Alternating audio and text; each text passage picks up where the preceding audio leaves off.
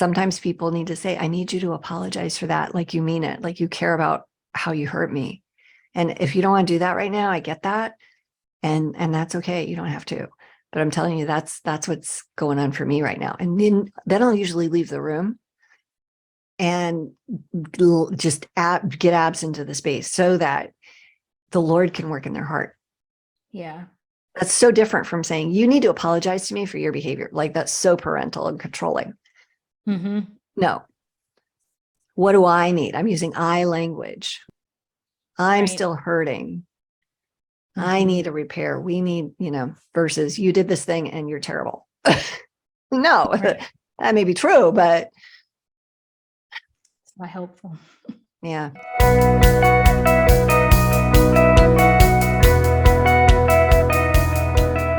Welcome to another episode of What to Say and How to Say It, the podcast to help you fix your marriage. My name is Shai, and I'm here with Nina Rosner. Our mission is to help you, Christian married man or woman, navigate conflict and build connection so you can have a thriving marriage. So today we are discussing what to say when commitments are broken.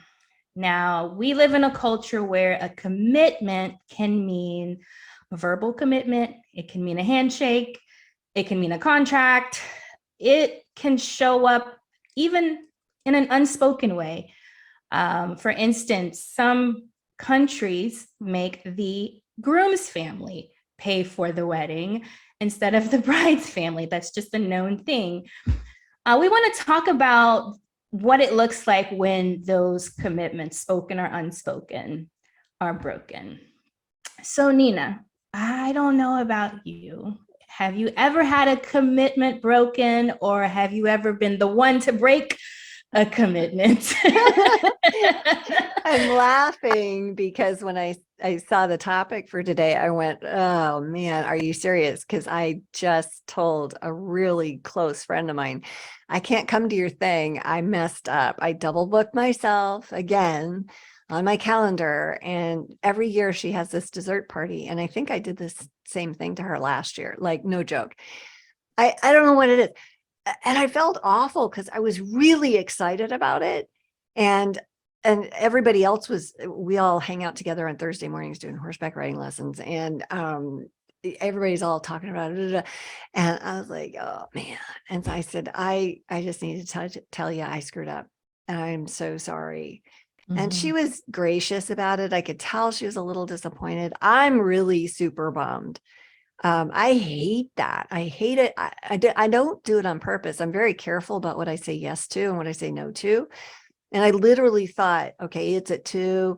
I'll be there for, 4, 5, 6 hours. Then I'll come and I'll go be with my other people to this other thing I have to do. Well, no, they start at the same time. I don't know how I put in my calendar wrong, but I did. So yeah, I broke a commitment and I hate that. Like my stomach just churns and I just feel grieved about it because if how do you trust somebody if their word means nothing? Right? Exactly. Yeah. I grew up under that premise as well, is you keep your word. And it's really biblical. God says, let your yes be your yes and your no be your no. So it's almost like when you break it, the Holy Spirit's like, hey, Yeah. Yeah. So it's tough. Yeah. So, okay. So today, what we want our listeners to walk away with is the what to say when those commitments, small, big, or otherwise, are not honored. We also have some really cool resources that we want to share with you at the end of this episode. So make sure you stick around to check those out. All right. So if you don't do this well, you can miss an opportunity to level up, help others level up, and maybe just bring more peace to your life and others. So I have a story. I have a friend who was telling me about a trip that she planned for Disney. They go every year, her and her family, around Thanksgiving break because the kids are out of school. It's just a great time. And what they do is they rent a house and they get a bunch of different people to join them and split the cost. Well, the typical group showed up and they invited an additional family that had not attended prior. And the family committed. And then right before the trip happened, the family bailed, which meant everybody else had to cover that family's portion for the house. Oof. And she was, I know, right? Yeah. Like that stinks. So Yeah. she was pretty upset about it. And you know, we talked about how she handled it and maybe like what could have been done differently. And so I'm just curious about what you would do in that situation if you know, were her and ended up having to pay an additional amount that you hadn't planned on to pay to cover someone else's broken commitment. Yeah, so that's a thing, right? And my guess is they rented a bigger house because this other family was going to be there, so it was more expensive, and they could have got something, yeah, so not, Smaller. Yep. yeah, not cool. And so I've been burned like this before. And so this is Okay. how you learn, right? How to not go through that again. And it's usually a matter of money. So when commitments are made, hey, okay, well, I need you to pay half of the deposit or half of the trip, you know, at the front end, and then we'll settle up when we get there, kind of thing.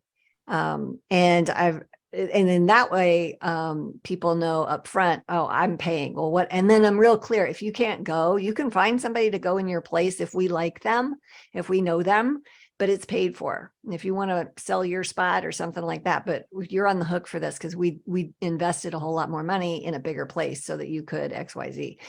And yeah, being in business, I'm more familiar. Like everything we do, riding horses, is you pay up front. You know, you pay for the month ahead, you pay for the workshop ahead. You pay in full weeks before you're even going to be there, or you don't go. That's just how it is. And that's a great principle to transfer over to our personal lives. We don't like doing it because it's friends and we want to trust people, but no, I would rather not have money come between me and friends. You know, that's tough. I hate that. And so when you're in that space, you know, what she got was a very expensive course in how to not do this next time. And the sad thing about this is that the expense for everybody was upped, right? Which makes sense. Now everybody has this negative feeling towards her for not going. And so, you know, on her end of the thing, it would be nice if she'd have just paid. I can't go. I realize everybody did, you know, more because I said I was going to be there. Here's my part. I understand. But we're not coming. And you know, even with hotels, you got so much cancellation room, right? When you got a group like this, it makes it even tougher.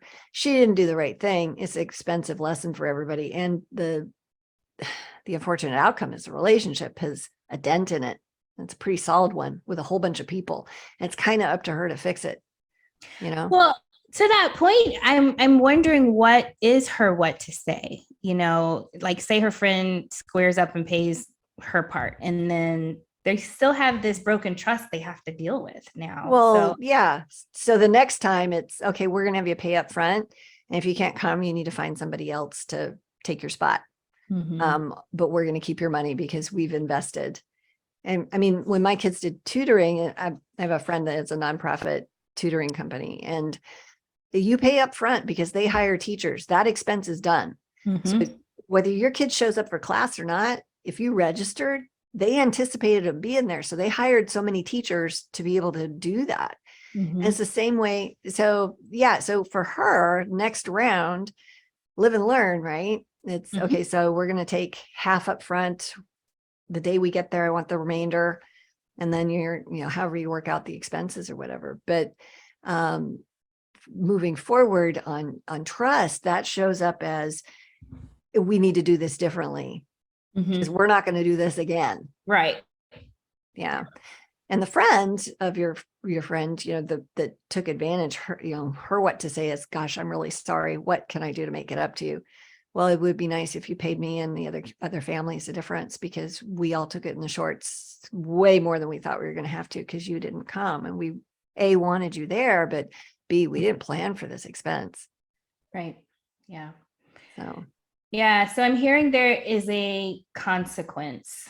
oh yeah. That needs to be applied, and a boundary for the future, which is what we talk about here all the time, really. And it's hard when it's friends, when it is family, you have money, it's just so yucky and uncomfortable. But this is fun, costs money. Yeah. And Disney is very expensive fun. So oh my word. Yeah. Yeah, no kidding. And forgiveness is different than trust and consequences. So, if she came and said, oh, I'm so sorry, I can't come, da, da, da. It's like, yeah, hey, I forgive you. No problem. Like, tons of grace for you. We still have the money you owe us. That that ship's probably sailed, because that was a while ago. But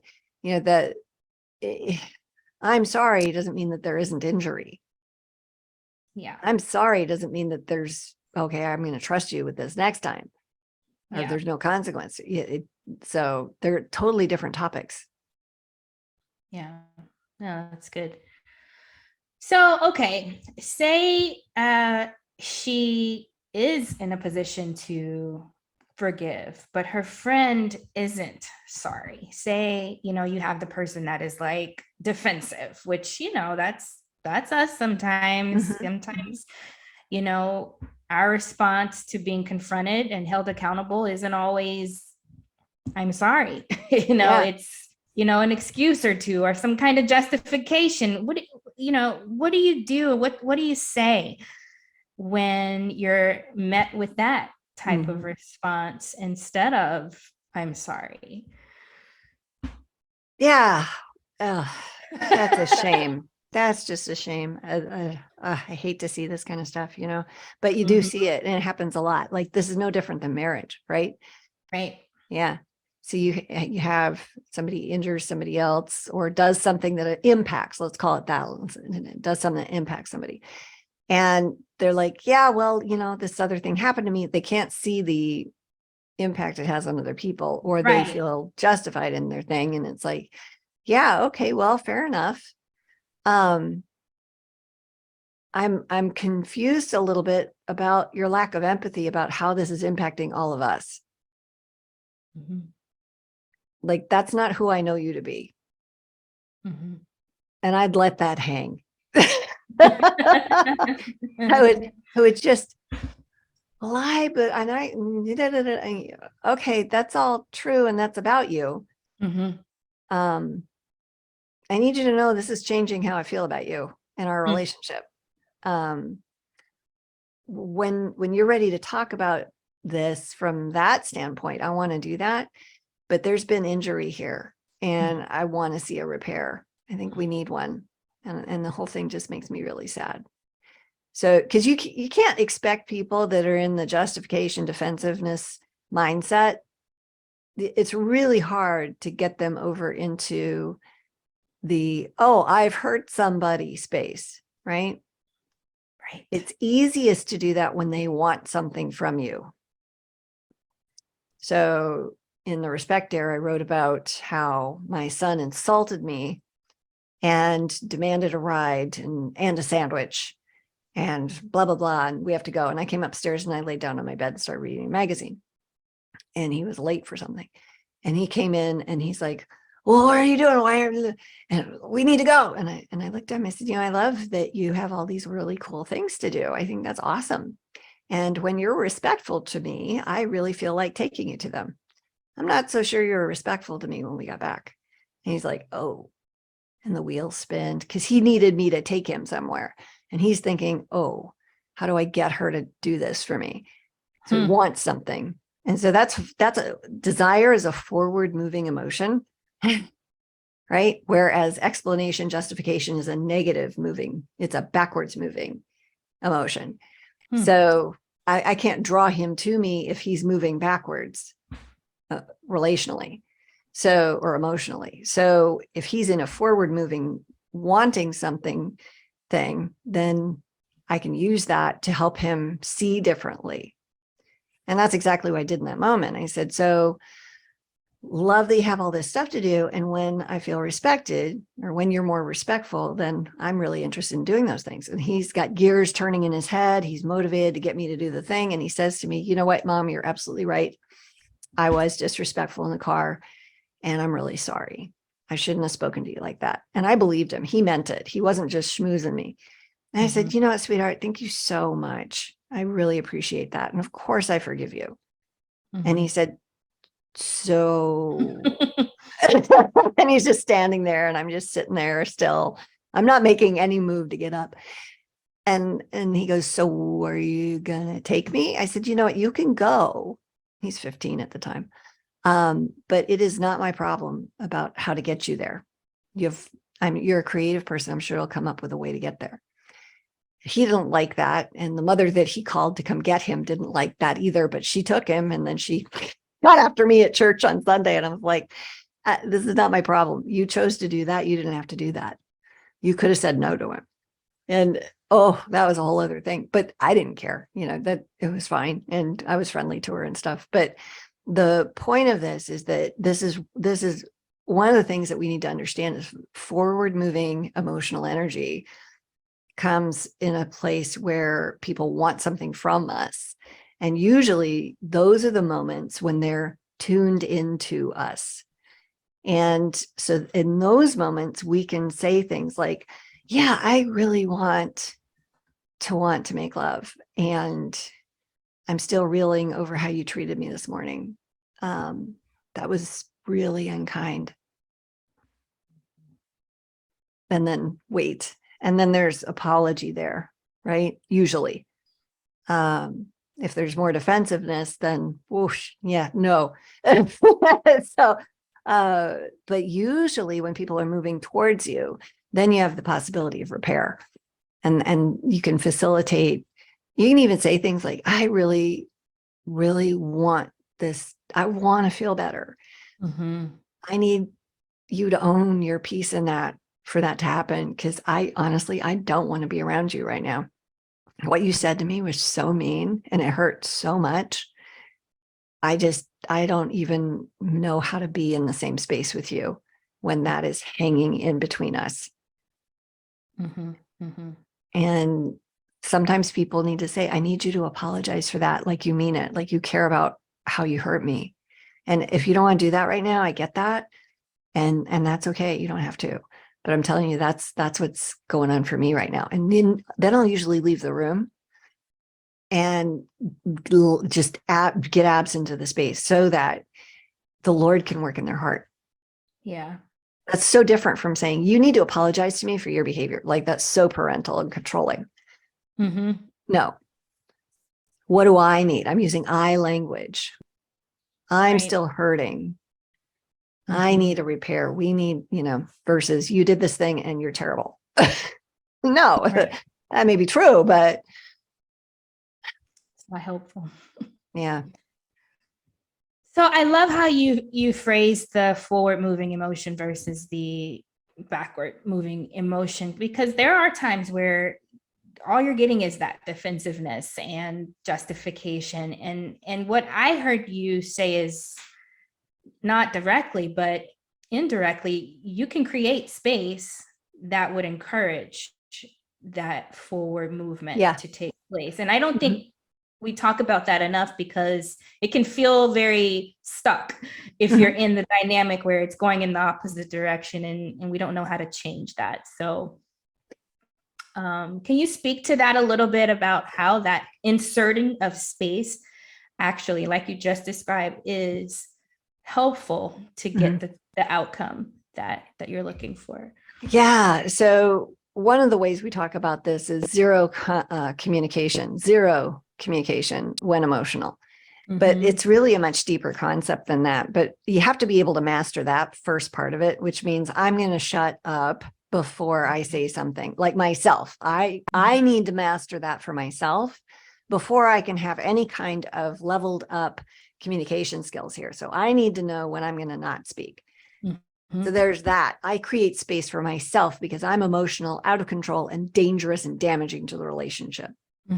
So that's the basic level. So when I can do that pretty consistently, and even more so when I get to a space where I can be in conversation with people and they can say things and I don't get emotional because I've worked through all the listening and healing prayer and I've healed the wounds, exposed the lies, all the stuff we talk in our other podcasts and in our coursework. When I'm in a space and somebody's being cruel, mean, defensive, or upset or whatever, I can say to them, hey, I love you. And I want to talk about this when we can both be calm. Why don't you let me know when you're ready to finish up with this? And I turn and I leave. And it's in their lap. And so then they know, oh, wait, I'm emotional. She's not going to talk to me when I'm emotional. And I'm supposed to come back when I'm calm. Okay, so they're going to pursue me at that point, right? Now, you may have to do that like 28 times for one conversation. And actually, smart people do that. Like, no joke. This is a thing that wise people will do in communication. And what it does is it protects the relationship and it protects the other person from themselves, because apparently they don't have that basic skill of no communication when emotional. And then on top of it, it's very respectful of us and them to just not do that. So if we're respectful people, that's how we behave. And then you can have those things where it's like, I want to talk about this. What you just said right there hurts so much. I need space from that. When you're ready to repair this damage, come talk to me. I'm gone. The fewer words we can say, the better there. And even sometimes you can let the other person's critical, demeaning, nasty comment just hang in the air, and you make eye contact. And you say a little prayer like, Lord, reach their heart. And you just kind of turn and leave at that point. And that doesn't always work with people because they're like, well, you're stonewalling, you just leave a conversation. Well, no, when you speak to me like that, I'm not going to hang out for that. That's not good for you. It's not good for me. It's terrible for our relationship. So create space. And you're teaching the person how to show up and how to treat you in those moments. And like you said, you might have to do it again and again before they get it. But the goal is for everybody to show up healthy and have hard conversations without all the negativity. Yeah. One other question I have before we wrap up, is it ever wise to use indirect confrontation? I know there's different methods you teach in the course. But an example is like when Nathan confronted David, and he used the parable to show him his sin instead of just saying, hey, you just committed adultery. Is it ever wise to take that approach when you're dealing with someone that's in that negative cycle? That is one of the best examples out there, honestly. I love that so much. And, basically it's, what would you think about somebody that did XYZ? And it's a little bit different enough, that it's not, and you hear their response to that and you say, okay, so I need you to know that's what happened to me with you. And that's what that feels like. And we are broken as a result of it. And you let people chew on it. Now, David, wow, was he humble in that moment, right? He was, yeah. I want to be just like him when I grow up. And that is the goal, right? The more healed we get, the easier it is to be humble, easier it is to own our stuff. We don't even think about it. It costs us nothing. So, yeah. Well, this was great. We hope that you have come away with some different options when commitments are broken, whether it's you're on the side of needing to apologize and humble yourself, or if someone has broken a commitment with you, there are several different options you have. Sometimes that means implementing a consequence. You might have to ask if they're not hearing you for repair. Just be direct and ask for effort on their part. If they're still not listening, then you might have to insert some space and get out of that negative emotional cycle. And then maybe even be indirect and use a story or an example to help the light bulbs to go off. So lots of options here. We hope that this conversation has been helpful to you. If you get a chance and you want more information around how to have these hard conversations, check out our website, greaterimpact.org. We have a free PDF you can download called 5 Tools to help you stop walking on eggshells. So check that out in your free time. And also check out the next episode. We think you'll enjoy it just as much as this one. Thanks for joining.